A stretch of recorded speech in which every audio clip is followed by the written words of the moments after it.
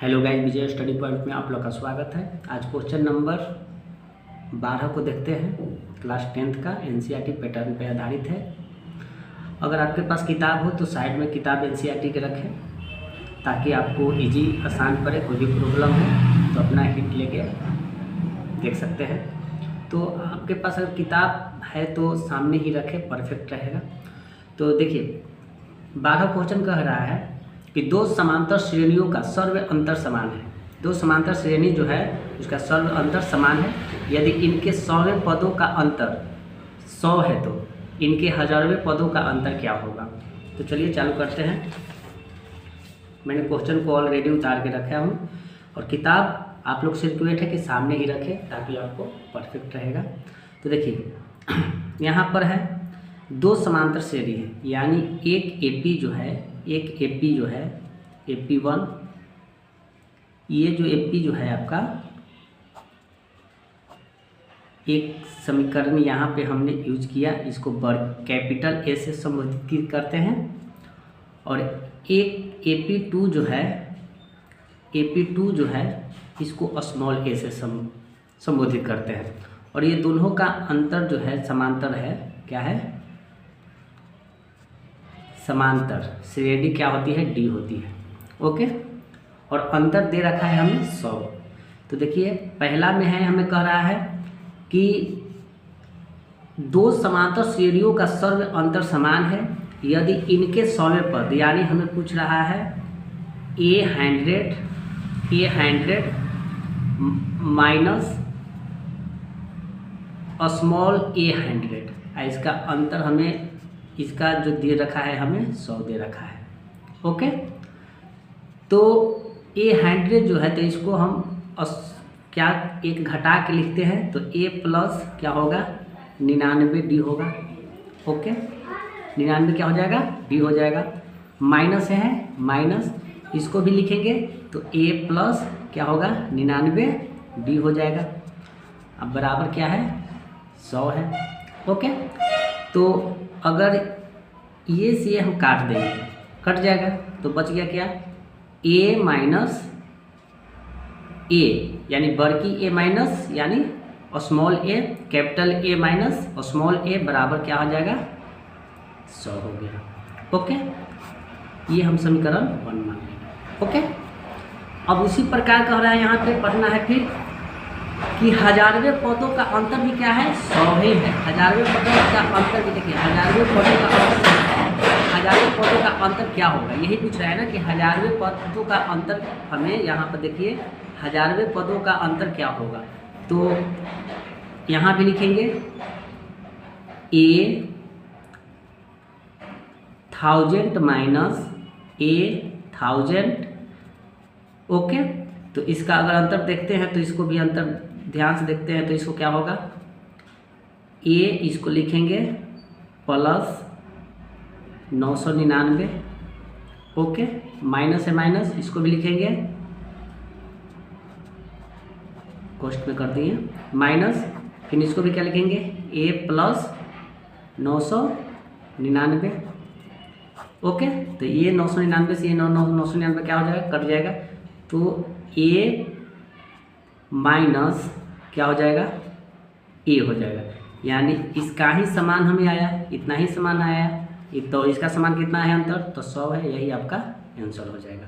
देखिए ये जितना फर्स्ट इक्वेशन आया, सेकेंड इक्वेशन भी कितना आया? 100 आया। तो इसका मान हो गया समान, इसका आंसर 100 होगा। अगर आपके पास एनसीईआरटी की किताब होगा तो आंसर आप मिला लीजिएगा ताकि आपको कोई कठिनाई ना हो। ओके, चलिए नेक्स्ट क्वेश्चन में चलते हैं।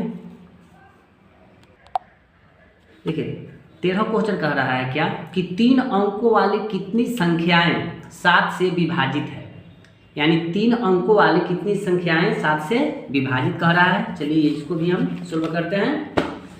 चलिए देखिए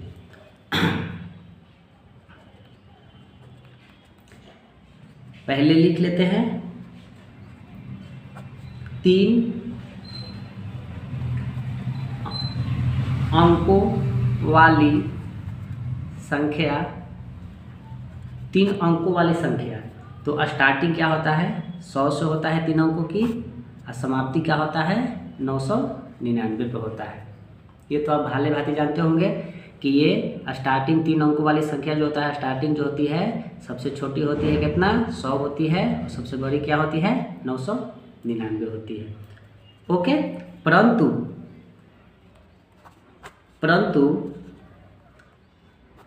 3 अंकों वाली संख्या जो 7 से क्या हो विभाजित हो, क्या हो विभाजित हो।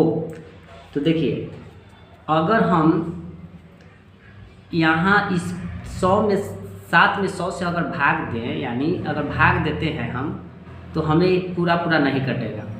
अगर इसको और अंक बढ़ा दें, माने अगर यहाँ AP जो हम बना रहे हैं, अगर ये 100 है तो अगर 100 यहाँ 5 कर दें तो हमारा ये 7 से पूर्ण रूप से विभाजित हो जाएगा। ओके, और ये जो है 7 से अगर विभाजित करें तो अगर हम यहाँ 999 के जगह पर 994 रख दें तो हमारा ये 7 से पूर्ण रूप से विभाजित हो जाएगा। ओके, जब ये हम क्यों किए, क्योंकि देखिए 3 अंकों वाली संख्या पूछ रहा है, तो 3 अंकों वाली संख्या जो 7 से विभाजित है, तो हमने अगर 100 रखते हैं तो 100 तो हमें 7 से विभाजित नहीं होगा।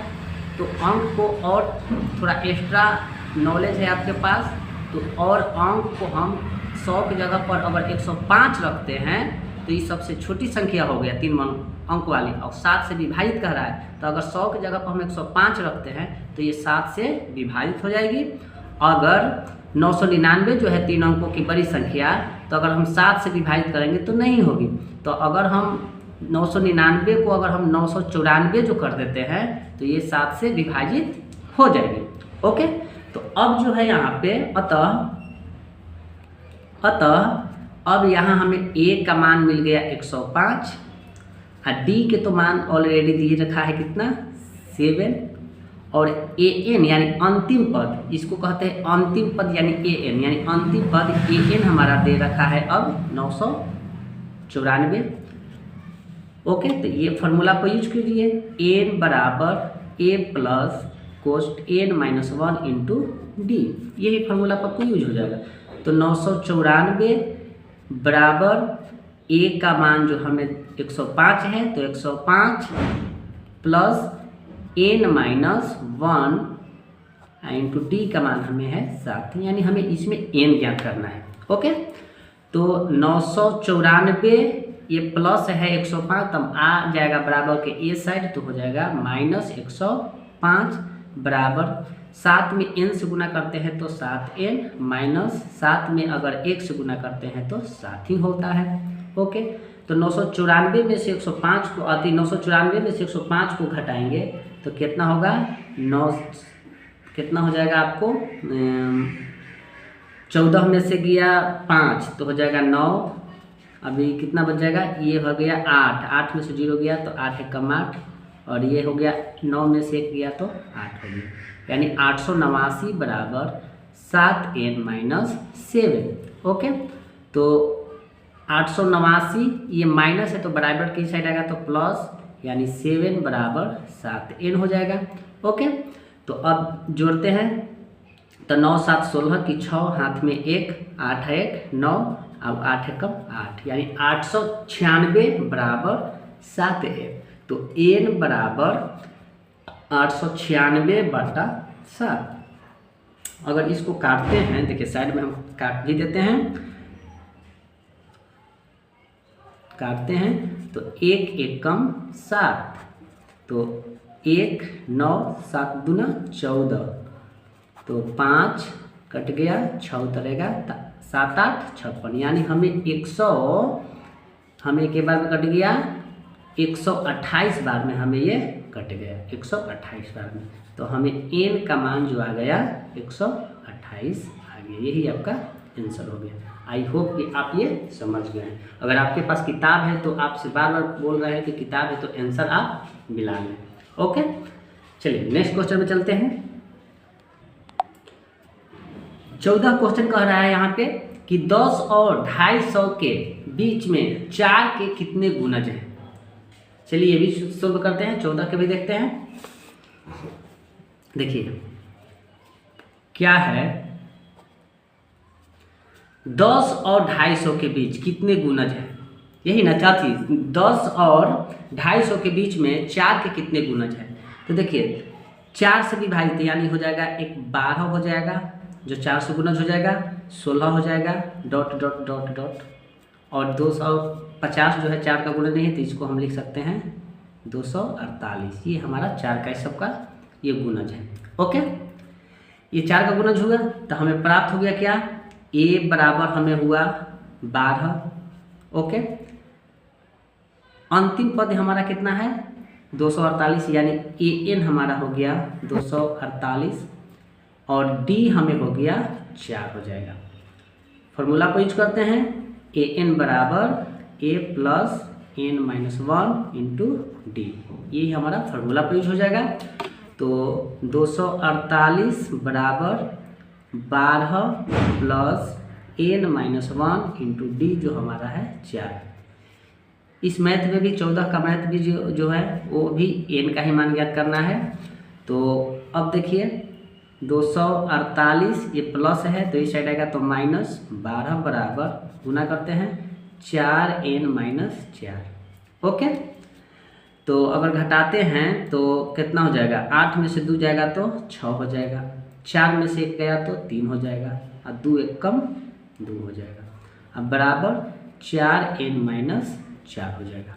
ओके, तो 236 ये माइनस इस साइड आएगा तो प्लस में 4 अब बराबर 4n हो जाएगा। ओके, तो जोड़ते हैं तो 6 व 4 10 की 0 और 3 1 4 और 2 1 कम 2 इक्वल टू 4n हो जाएगा। ओके, तो n बराबर 240 बटा कितना हो जाएगा 4। तो अगर इसको हम काटते हैं तो 6 से कटेगा, 0 है तो 0, तो यानी हमें n का मान जो हो गया 60 हो गया। आई होप कि यह आपको मैथ समझ में आ गया होगा। आंसर आप किताब से मिला सकते हैं। ओके गाइज, तो आज की क्लास यहाँ तक रहेगी, अगले फिर वीडियो में मिलते हैं। नमस्कार, तंदुरुस्त रहे, जय हिंद दोस्तों।